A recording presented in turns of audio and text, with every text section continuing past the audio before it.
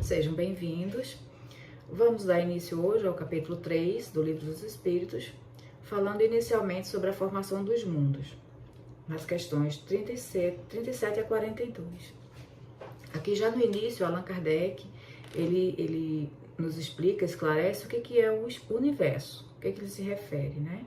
O universo abrange a infinidade dos mundos que vemos e dos que não vemos, todos os seres animados e inanimados, todos os astros que se movem no espaço, assim como os fluidos que o enchem. Então aqui Allan Kardec já está nos dizendo que o universo é tudo o que existe no espaço. São os mundos visíveis e os invisíveis, são os seres que têm vida e os que não têm vida, todos os astros, todos estrelas, planetas, sóis que se movem no espaço e os fluidos que enchem esses astros. Então, tudo, né, que existe no espaço é o que ele chama de universo. E na questão 37 ele pergunta: o universo foi criado ou existe de toda a eternidade como Deus? É fora de dúvida que ele não pode ter se feito a si mesmo. Se existisse como Deus de toda a eternidade, não seria obra de Deus. Ou seja, é claro que o universo ele foi criado. Se ele tivesse existido de toda a eternidade, ele não teria sido criado, ele não teria sido obra de Deus, porque foi Deus que criou o universo. É claro que ele teve um início, ele não tem fim, porque como já vimos, ele é infinito, mas ele teve um início. Ele teve um início porque foi justamente o momento em que Deus o criou. Então ele é obra de Deus. Como criou Deus o universo? Na questão 38, Allan Kardec quer saber como foi que Deus criou o universo. Lembrando que, como já vimos nas questões anteriores sobre Deus, Deus ele ele é incorpóreo, ele é imaterial. Ou seja, ele não tem mãos, ele não tem um corpo. Se ele é incorpóreo, se ele é imaterial, como foi que ele criou o universo? É isso que Allan Kardec quer saber. Para me servir de uma expressão corrente, direi, pela sua vontade. Nada caracteriza melhor essa vontade onipotente do que estas belas palavras da Gênese. Deus disse, faça-se a luz, e a luz foi feita. Então aqui os Espíritos estão nos dizendo que está nos trazendo a metáfora, o símbolo da Gênese, de que Deus ordenou que se fizesse a luz e que a luz foi feita. Mas sabemos que a Gênese, a Bíblia, são passagens simbólicas. É claro que Deus não criou o universo em 7 dias. São simbologias que precisamos compreender. Mas ele traz para a gente essa simbologia para nos mostrar o quanto a vontade de Deus é onipotente. Então, foi pela vontade que Deus criou, não foi por mãos, né? Porque Deus é incorpóreo, Deus é imaterial. Ele não tem mãos, ele não tem olho, ele não tem boca, ele não tem um corpo. Na questão 39, poderemos conhecer o modo de formação dos mundos? Então, como foi, né, o modo em que ele foi criado? O modo de criação dos mundos.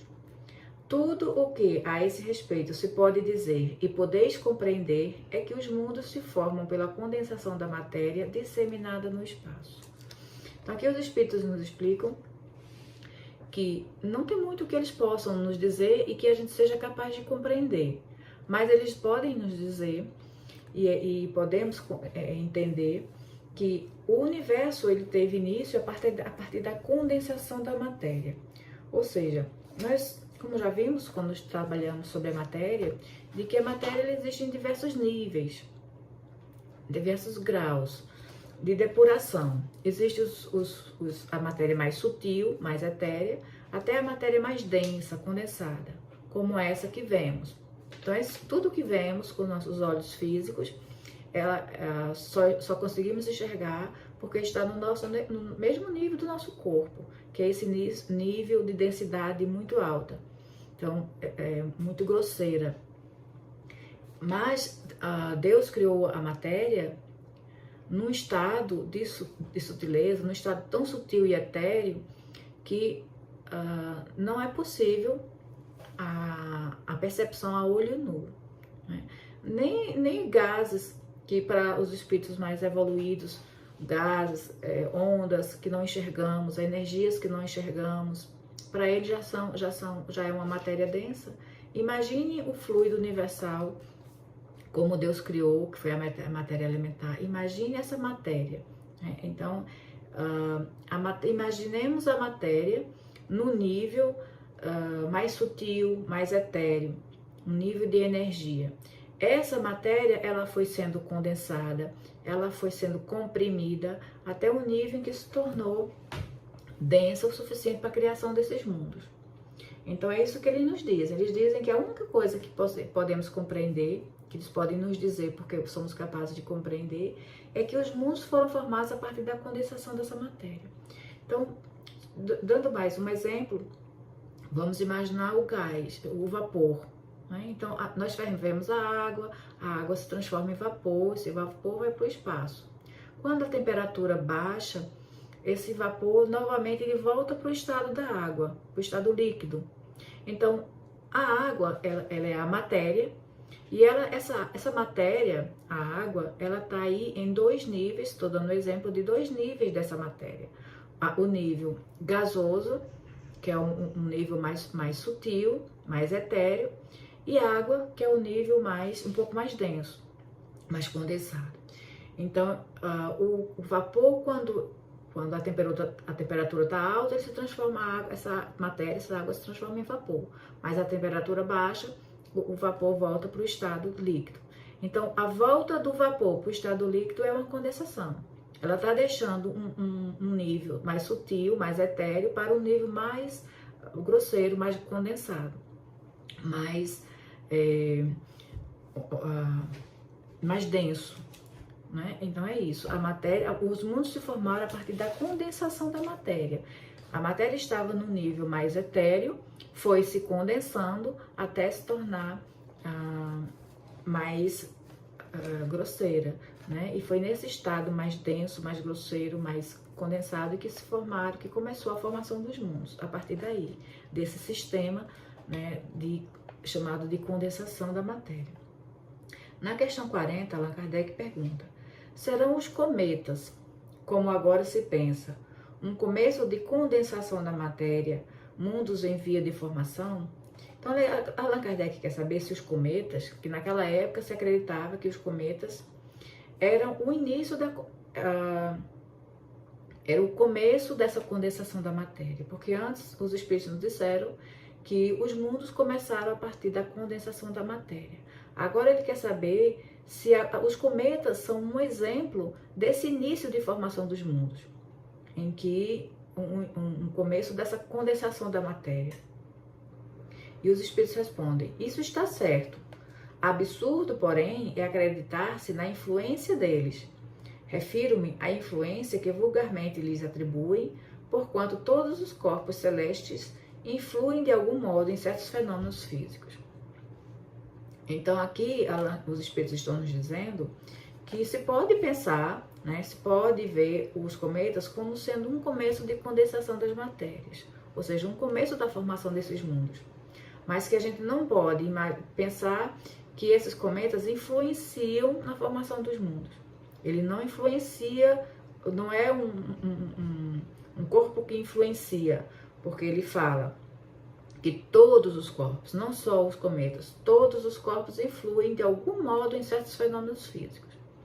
Né? Então, existia essa ideia nessa época, né, de Allan Kardec, mas que os espíritos nos dizem que sim, que a gente pode imaginar que os cometas, eles são o início, né, dessa condensação da matéria, mas que eles não influenciam mais do que outros. Né? Todos os corpos de alguma forma influenciam nessa formação. 41. Pode um mundo completamente formado desaparecer e disseminar-se de novo no espaço a matéria que o compõe? Então aqui Allan Kardec quer saber se o mundo que já existe, né, como os planetas, se ele pode desaparecer e essa matéria que foi comprimida, que foi condensada, se ela pode novamente se espalhar pelo espaço. Sim, Deus renova os mundos, como renova os seres vivos. Então, a própria ciência já disse, né, que os mundos também têm um fim. O mundo está permanentemente em expansão e compressão, né? E é justamente nesse momento de expansão em que os planetas se acabam. Sabemos, eles já sabem, os espíritos os cientistas já colocaram inclusive data, né, daqui a alguns bilhões de anos, para o fim do nosso planeta Terra, para o fim do Sol. Então, esses mundos, esses corpos, eles chegam um momento em que tem um fim.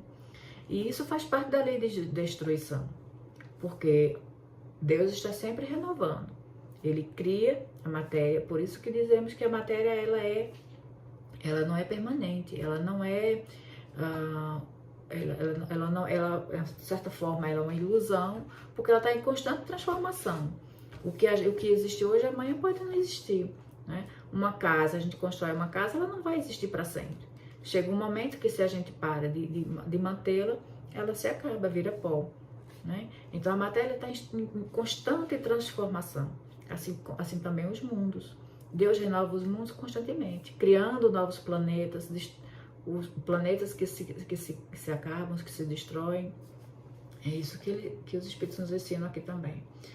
Na questão 42, poder-se-á conhecer o tempo que dura a formação dos mundos, da Terra, por exemplo?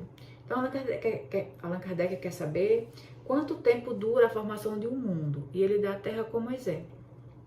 Nada te posso dizer a respeito, porque só o Criador o sabe, e bem louco será quem pretenda sabê-lo, ou conhecer que número de séculos dura essa formação.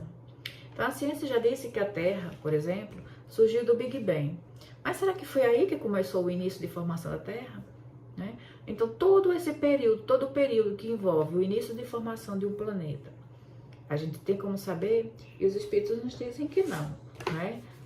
Não tem como a gente saber quanto tempo dura todo o processo de formação de um planeta, por exemplo. Não temos ainda condições e nem tudo Deus permite que a gente saiba. Então era isso. No próximo vídeo vamos falar da formação dos seres vivos. Espero todos até mais.